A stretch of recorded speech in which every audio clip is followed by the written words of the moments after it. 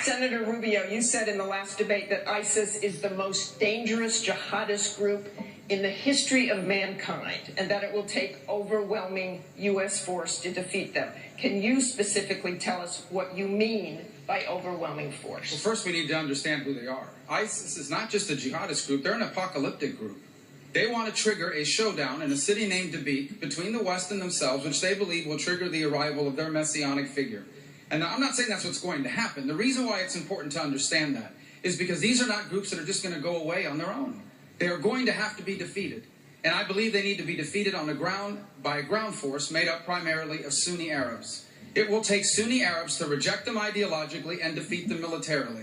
That will require a coalition of Iraqis and Syrians that are also Sunnis, but it will also require the cooperation of Jordanians, Egyptians. We should ask more of the Saudis. That will need to be backed up with more U.S. Special Operation Forces alongside them. And it will have to be backed up with increased airstrikes. And we're going to have to strike them, not just in Iraq and in Syria, but in every other part of the world where they've now created hubs of operation. They have affiliates in over a dozen countries across this planet. They have a sophisticated network of radicalizing people here in the homeland and around the world. But it all begins by taking away their safe operating spaces with a ground force that a U.S.-led coalition takes on.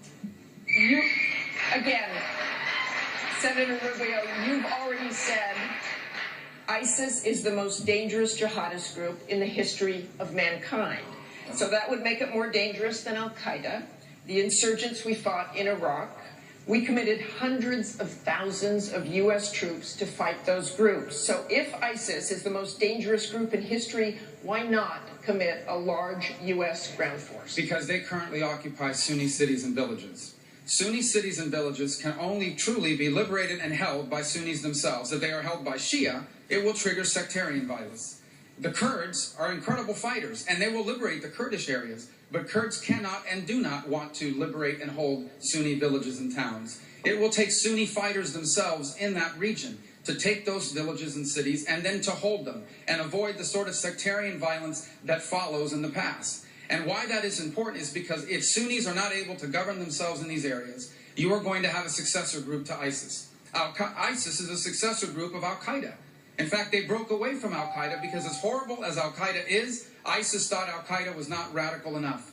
This is who we're dealing with, and they have more money than Al-Qaeda ever had. Well, what would you do differently to try to get those Sunni forces? They have not been coming forward. Well, the problem with the Sunni forces in the region is they don't trust this administration. This administration cut a deal with their mortal enemies, the Shia. It poisoned the well with these countries. It makes it very difficult to cooperate with them as a result. They also, by the way, understand what real U.S. air power looks like. They saw the Iraq War. They saw up close also Afghanistan. They know what air power looks like when the United States is committed to the cause. And they see the airstrikes that are being conducted now, and they say to themselves, that's not real commitment. We know what real commitment looks like. The Jordanian king was in Washington 3 weeks ago.